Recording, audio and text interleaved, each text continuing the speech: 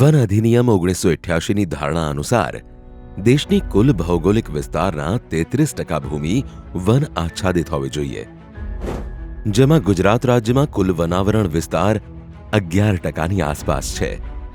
આ વનાવરણ વિસ્તારમાં અધિકૃત જંગલો, જંગલ બહારના વૃક્ષો, વાઇલ્ડ લાઇફ, વન વિસ્તાર, દરિયાકાંઠાનો ચેર વાવેતર વિસ્તારને ગણાવી શકાય. 90% જેટલો વિસ્તારમાં સામાજિક વનીકરણ વિભાગ કામ કરે છે. ગુજરાતમાં વનાવરણ વિસ્તારને વધારવાના માનનીય વડાપ્રધાન શ્રી નરેન્દ્રભાઈ મોદીના સપનાને સાકાર કરતી ગુજરાતની ભૂપેન્દ્રભાઈ પટેલની પ્રગતિશીલ સરકારના માર્ગદર્શન અંતર્ગત વનમંત્રી શ્રી મુળુભાઈ બેરા અને રાજ્યમંત્રી મુકેશભાઈ પટેલના અથાગ પ્રયત્નો થકી વૃક્ષાવરણ વધારવાની કામગીરી સામાજિક વનીકરણ વિભાગ કરે છે. શું છે આ સામાજિક વનીકરણ યોજનાઓ? બિન વન વિસ્તારમાં વૃક્ષોનું આવરણ અને સંખ્યા વધારવાની કામગીરી કરવી, સમાજના લોકોની આવક અને રોજગારીની તકો ઊભી કરવી, વૃક્ષ આધારિત ઉદ્યોગો માટે કાચો માલ પૂરા પાડવા માટે, પર્યાવરણીય અને પરિસરીય વિકાસ સાધવા માટેની પ્રવૃત્તિઓ કરવી, લોકોને બળતણ અને નાના ઇમારતી લાકડાની જરૂરિયાત પૂરી કરવા માટે તથા જમીન વિહોણા ખેડૂતોને ફળાઉ અને બિનફળાઉ વૃક્ષોની ખેતી કરવા માટે પ્રોત્સાહિત કરવા આ વિવિધ મોડલ્સ છે. ખાતાકીય વાવેતર મોડલ, ખેડૂતલક્ષી વાવેતર model, RDFL farm forestry, agro forestry, national bamboo mission, વિસ્તરણ પ્રવૃત્તિઓ, વન કવચ વાવેતર. ખાતાકીય વાવેતર મોડલ. પટ્ટી વાવેતર. પટ્ટી વાવેતરની કામગીરી રાજ્યના express highway, national highway, state highway, MDR, ODR રેલવેની તથા કેનાલની બંને સાઈડ જમીન પર કરવામાં આવે છે. વન વિભાગ પ્રતિ હેક્ટરે 1600 રોપાનું વાવેતર કરી કાપણી પછી જે ખર્ચ થયો હોય એ બાદ કરી સંલગ્ન તાલુકાને વિકાસના કામો માટે ચોખ્ખી ઉપજમાં 50% રકમ તાલુકાને વિકાસના કામો માટે આપવામાં આવે છે. ગ્રામ વાટિકા પિયત અને બિનપિયત બંને યોજના ગામમાં સમતલ જમીન, ગૌચર, સરકારી ખરાબા અને સિંચાઈની સગવડ છે ત્યાં પ્રતિ હેક્ટરે 1600 રોપા મુજબ વાવેતર કરવામાં આવે છે. આ વૃક્ષ વાવેતર પાકટ થયે ખર્ચ બાદ કરતા ચોખ્ખી ઉપજના 75% ગ્રામ પંચાયતને વિકાસના કામો માટે તથા 25% રકમ પુનઃ વાવેતર કરવા માટે પંચાયતોને ફાળવવામાં આવે છે. કે ગ્રામ પંચાયતની બિનઉપજાઉ 75 એકર જમીન ઉપર અમે ગામના જે સીવેજનું જે વેસ્ટ વોટર હોય છે એને યુટિલાઇઝ કરી એનો સદુપયોગ કરી અને આ વનનું અમે નિર્માણ કર્યું છે. ગ્રામ પંચાયત અને વન વિભાગનો એક સંયુક્ત ઉપક્રમ છે. હરિયાળુ ગ્રામ યોજના. આ યોજનાનો લાભ સરકારી, બિન સરકારી સંસ્થાઓ કે જમીન ધારક લઈ શકે છે, જે અંતર્ગત વન વિભાગ દ્વારા સરકારી ખર્ચે 400 રોપા ઉછેરવામાં આવે છે. પર્યાવરણ ઈ મોડેલ.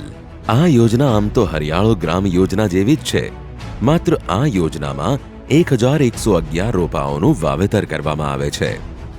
ખેડૂતલક્ષી વાવેતર મોડેલ. આ યોજનાનો લાભ સમગ્ર રાજ્યના ખેડૂતોને આપવામાં આવે છે. ઉપરાંત ગુજરાત સરકાર વન વિભાગ સાથે સંકળાયેલા ખેડૂતોને યોગ્ય માર્ગદર્શન, આર્થિક સહાય તથા ગુણવત્તાસભર રોપા પૂરા પાડે છે. અત્યારે જ્યાં નીલગિરી દેખાય છે એ જંગલ ખાતા તરફથી મને પ્લાન્ટ મળ્યા હતા.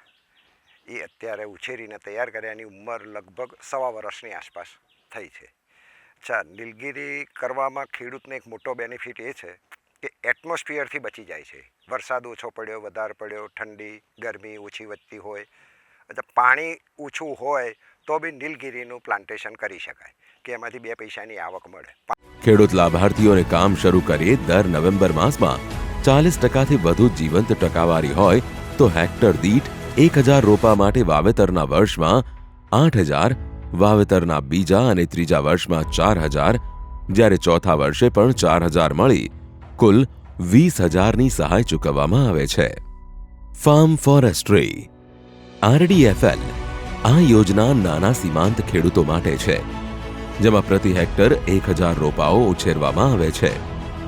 ખેડૂતલક્ષી વાવેતર મોડલની જેમ જો 50% જીવંત ટકાવારી હોય તો વાવેતરના વર્ષથી લઈ ચોથા વર્ષ સુધી વાર્ષિક 4000 મુજબ 16000 સહાય ખેડૂતોને ચૂકવવામાં આવે છે. રાજ્યમાં એગ્રો ફોરેસ્ટ્રી એ સંપૂર્ણ રાજ્ય સરકાર દ્વારા અમલી યોજના છે. આ યોજનાનો મુખ્ય હેતુ બિનઉપજાઉ જમીન, પડતર જમીન કે ઓછી ઉત્પાદક જમીન પર વૃક્ષ વાવેતર વધારવાનો છે. આ યોજનામાં ખાતેદારે વાવેતર અને માવજત કરવાની હોય છે. સરકાર તરફથી નિશ્ચિત સહાય આપવામાં આવે છે, જેમાં હેક્ટર દીઠ સેઢા પાળાના વાવેતર માટે રોપા દીઠ પહેલા વર્ષે 14 રૂપિયા તથા બીજા, ત્રીજા અને ચોથા વર્ષ માટે ₹7 એમ કુલ 35ની સહાય મળે છે. જ્યારે નિમ્ન ઘનતાના વૃક્ષોની ખેતી માટે 400 વૃક્ષ દીઠ શેઢા પાળાના વાવેતર મુજબ સહાય આપવામાં આવે છે. મધ્યમ ઘનતા વૃક્ષો માટે કુલ 1000 વૃક્ષો પેટે વૃક્ષ દીઠ પહેલા વર્ષે ₹8, જ્યારે બાકી 3 વર્ષ પેટે વાર્ષિક 4 લેખે કુલ 20ની સહાય આપવામાં આવે છે. ઉચ્ચ ઘનતા ધરાવતી વૃક્ષોની ખેતી માટે હેક્ટર દીઠ 1200 રોપાઓ માટે પહેલા વર્ષે ₹6, બાકીના 3 વર્ષ માટે રોપા દીઠ 6ની સહાય એમ કુલ ₹15 ચૂકવવામાં આવે છે. નેશનલ બાંબુ મિશન કેન્દ્ર તથા રાજ્ય સરકારની 60% અને 40%ના ધોરણે 2019-20માં શરૂ થયેલી યોજના હેઠળ હાઈ ડેન્સિટી બાંબુ બ્લોક વાવેતર કરવામાં આવે છે. આ યોજનામાં વૃક્ષ સંપદાનો સંપૂર્ણ માલિકી હક ખેડૂતોનો રહે છે. હાઈ ડેન્સિટી અને બ્લોક બંને વાવેતરમાં સમાન સહાય ચૂકવવામાં આવે છે. કુલ 416 રોપામાં રોપા દીઠ પ્રથમ વર્ષે સરકારી 120 અને ખાનગીને ₹60, બીજા વર્ષે સરકારી ₹72 અને ખાનગી ₹36, ત્રીજા વર્ષે ₹48 અને ₹24 એમ કુલ મળી ₹240ની સહાય આપવામાં આવે છે. સામાજિક વનીકરણ યોજના અંતર્ગત વિસ્તરણ પ્રવૃત્તિઓ પણ કરવામાં આવે છે, જેમાં પંચવટી વિકાસ કેન્દ્ર ઊભા કરવામાં આવે છે. એના લોક સંગઠન, આજીવિકાના સ્ત્રોત તેમજ અન્ય વિકાસ કામોને ગતિ આપવાનો હેતુ છે. પિકનિક હાઉસ, કિચન શેડ, શૌચાલય, પાણીની સુવિધા, બગીચા લેન અને પ્રવેશ દ્વાર બનાવવામાં આવે છે, જેમાં બાલ ક્રીડાંગણ, વૃક્ષારોપણ, ચબૂતરા, બાંકડાઓ, ઓપન જીમ બનાવી લોકોને એક નવું સહેલગાહ સ્થળ પણ ઉપલબ્ધ કરાવવામાં આવે છે. ગુજરાતના જિલ્લા મથકો ખાતે વન ચેતના કેન્દ્ર તૈયાર કરવાનો હેતુ ખેડૂતોને એગ્રો ફોરેસ્ટ્રી માટે પ્રેરિત કરવાનો છે. રોપા લેવા આવનાર ખેડૂતોને રોપાની વાવણી, કાપણી અને માવજત વિશે વન ચેતના કેન્દ્ર માહિતી આપે છે અને એગ્રો ફોરેસ્ટ્રીનું સાહિત્ય પણ ખેડૂતોને પૂરું પાડે છે. આ ઉપરાંત ખેડૂતોની મીટિંગ, એગ્રો કોન્ફરન્સ વગેરે વન ચેતના કેન્દ્ર ખાતે યોજવામાં આવે છે. એગ્રો ફોરેસ્ટ્રીની સર્વાંગી માહિતી મળે એ માટે ઓડિયો વિઝ્યુઅલ સિસ્ટમ પણ હોય છે. મિયાવાકી એ જાપાની પદ્ધતિ છે. એમાંથી પ્રેરણા લઈ ગુજરાતની પ્રકૃતિ અને આબોહવા અનુરૂપ થાય એવો મોડલ તૈયાર કરવામાં આવ્યો છે. આ પદ્ધતિમાં પરંપરાગત પદ્ધતિ કરતાં વૃક્ષનો વિકાસ 10 ગણો વધારે થાય છે અને જે વનોને ઉગતા 200 થી 300 વર્ષ જેટલો સમય લાગે છે, તે આ પદ્ધતિ અપનાવવાથી 20 થી 30 વર્ષમાં ગીચ જંગલ તૈયાર થઈ જાય છે. આમ શહેરી વિસ્તાર, શહેરને અડીને આવેલી પંચાયતો, અર્ધ સરકારી, સરકારી કે પડતર જમીનમાં આ પદ્ધતિ અપનાવી જંગલની ઘનિષ્ઠતા વધારવાની યોજના છે. આ યોજનાની સફળતા પાવાગઢની પાસે તૈયાર કરવામાં આવેલ વન કવચ જોઈ કલ્પના કરી શકો છો.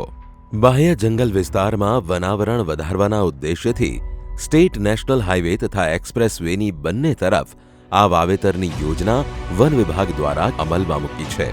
પ્રથમ તબક્કામાં દ્વારિકાથી સોમનાથના 200 કિલોમીટર લાંબા હાઈવેની બંને તરફ આશરે 40,000 ઊંચા વૃક્ષોના વાવેતર માટે આ યોજનાનો હરિત વન પથ અંતર્ગત અમલ કરવામાં આવી રહ્યો છે. વન વિભાગ દ્વારા MOU વખતે જ સંસ્થાઓ પાસે 100% વૃક્ષોની જાળવણીની ખાતરીનો નિયમ વણી લેવામાં આવ્યો છે. જો એક પણ વૃક્ષ ન ઉગે તો એના બદલે નવો છોડ વાવવાની જવાબદારી સંસ્થાની રહે છે. હાઈવે પર હવાની તેજ ગતિ સામે ટકી શકે એવા વૃક્ષો જેમ કે પીપળો અને વડની પસંદગી કરવામાં આવે છે. આ છોડ આશરે ટ્રી ગાર્ડની ઊંચાઈ 8 ફૂટ બરાબરનો છોડ વાવવામાં આવે છે. આમ રોડની બંને બાજુ વડ અને પીપળાના વૃક્ષોનું વાવેતર કરવામાં આવનાર છે. આમ આ વિવિધ મોડલના અમલીકરણથી ટકાઉ વિકાસ માટેની ત્રણેય બાબતો, લોકોને ઈંધણ પૂરું પાડવાનો હેતુ, નાના ઇમારતી લાકડાની જરૂરિયાત પૂરી કરવી તથા વૃક્ષ ઉત્પાદન થકી પૂરક આજીવિકાની વૃદ્ધિ, એમ ત્રણેય હેતુ એકસાથે સિદ્ધ કરી પર્યાવરણીય અને પરિસરીય વિકાસને પણ ગતિ આપતી સામાજિક વનીકરણની યોજના લોકો માટે લાભદાયી બની રહે છે.